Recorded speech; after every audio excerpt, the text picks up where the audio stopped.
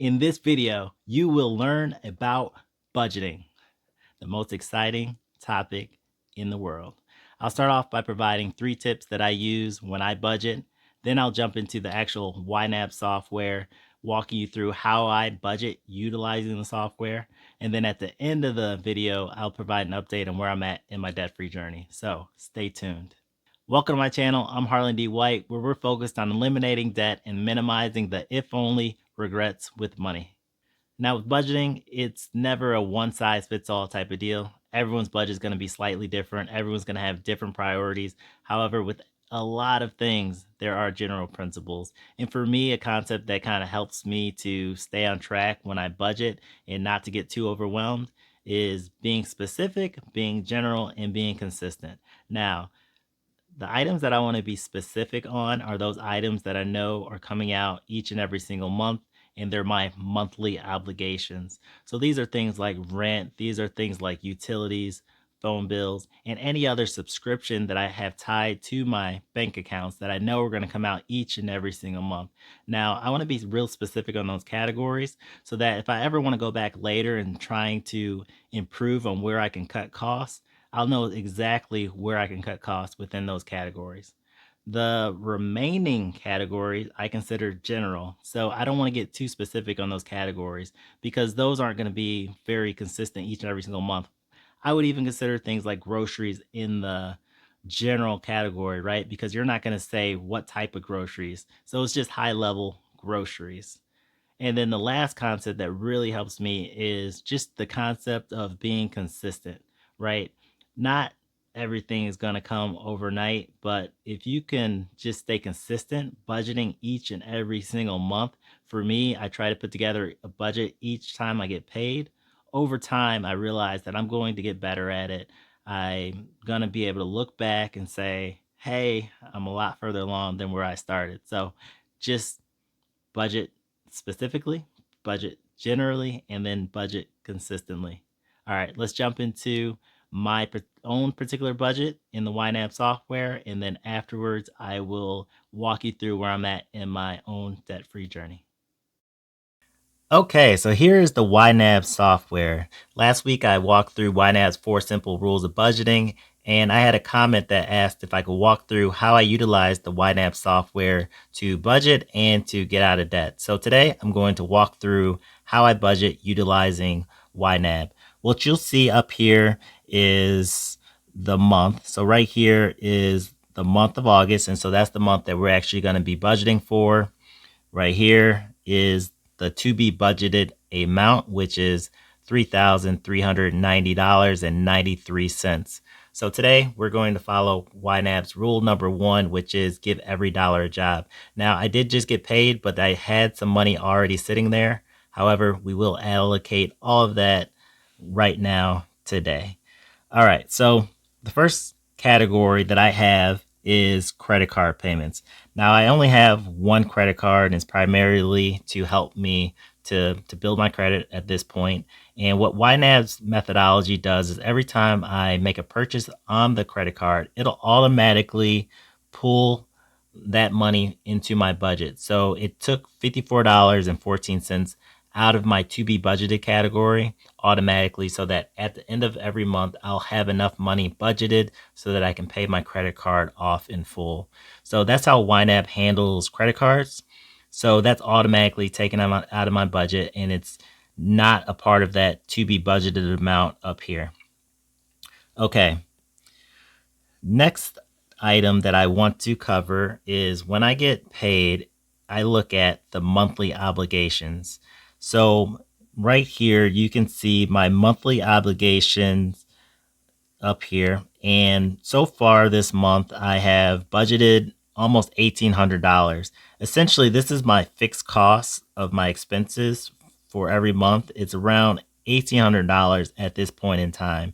And what you'll see is that down here towards the right, there's a couple categories where they already have amounts budgeted. So I already have money setting aside to make those payments. As you can see, I notate that one is due on the 22nd of the month, another one's due on the 24th. So that money's already set aside. So that is not a part of my to be budgeted amount. However, the first thing I look to do is I look at this monthly obligations category and I look to see what do I need to pay for prior to my next paycheck. Now, going through this month's budget, I looked at the Audible and I've already paid the month of August, and I determined I'm not going to pay the month of September because I already have some credits built up. So I'm going to cancel that subscription temporarily. However, I will go ahead and budget for rent. And so what you see right here is the $700 that is I already paid for this month. So now I'm actually budgeting for next month. So I need to increase that amount to $1,400. And when I do that, you'll see that over on the right-hand side, there is $700 that shows up in green. And that basically shows how much I've budgeted towards rent, and the to be budgeted amount dropped by $700. So I have my budget laid out in a way that I prioritize where the money needs to go first. And then at the end, when I kind of go through all the categories, I look back and I see if there's any other places that I can fill in the gaps. So the next one that I know that I need to pay before my next paycheck is this Adobe. Right now, I'm planning to maybe either eliminate that or reduce that cost. But for now, I'm going to budget it fully. So I'm going to increase it to $112.60. You'll see the $56.30 went over to the budget category. And car insurance. I need to put aside money for car insurance. Okay, so that has been funded as far as my monthly obligations. The next one you'll see is vidIQ, and it's not due till the 6th of the month. And I know I'll get paid before then. So right now, I'm not going to worry about budgeting for any of these categories that I know I will get a paycheck before the next time I need to pay them. And I already know that these down here are already funded, so I'm not going to worry about those at all either. So the next category for me that I look to prioritize is debt. Now, you'll see right here, this month I've already spent or paid $3,359.30 towards debt. And so right now I'm only planning to spend another $500 on this paycheck. So what I'll do is I'll increase this amount by $500. And you'll see that the to be budgeted amount or the budget amount increased to $500. Next is giving. So I will look to do $250. So I need to increase that to $300. Perfect. And then next is savings. So you can see over here, this is the category savings, and I am prioritizing savings as well. So what I want to do as far as big items, these are bigger purchases that I don't anticipate being able to pay with just one paycheck. So I've anticipated, or I want to put aside $200 for big items. I have a goal this year to actually have money to shop during Black Friday for needed items. So I want to start saving now. I also want to put another $100 towards my emergency fund. Now, for me personally, I have what I consider an emergency fund. It's roughly about $2,000. However, I do want to continue to add to that a little bit at a time. And then at the end of my debt-free journey, and if I have an opportunity to make a lump sum payment, then I might look to do that out of some of the savings that I've accumulated. But just during these times, I feel as though it's very smart to continue to increase my emergency fund whenever possible. The next category that I have in savings is a vacation. Well, I know next week I'm taking a little mini vacation, so I am going to set aside $500 for that. It's not really even savings at this point, but I will keep it there. Coming down to monthly expenses. Now, these are expenses that typically vary month to month, but as I continue to build out my budget month to month, these numbers will get a lot more accurate, but I know I'm putting an additional $200 in this family category. So that's going to be $573.70. Groceries, don't do much there, but $50. Household personal items, $40. Gas, we're going to say approximately another $40 in gas. Miscellaneous, I don't really budget for the miscellaneous category. That would just come if there was some random thing that I needed to pay for and it didn't really fit into any other category. I might throw it into the miscellaneous, but I'll just keep it on there for now. So next I'm going to my just for fun budget category. As you can see, I love eating out. I've already spent almost $400. However, I'm going to add another $100 to that amount. So that will be $494.38. Okay, fun money. I'm not going to do anything for that because that's going to come out of my vacation money.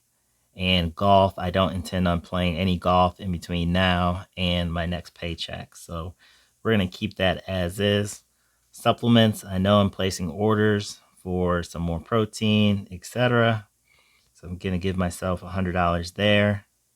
Clothing, I anticipate buying some clothes between now and my next paycheck. So I'm actually budgeting $120 for that.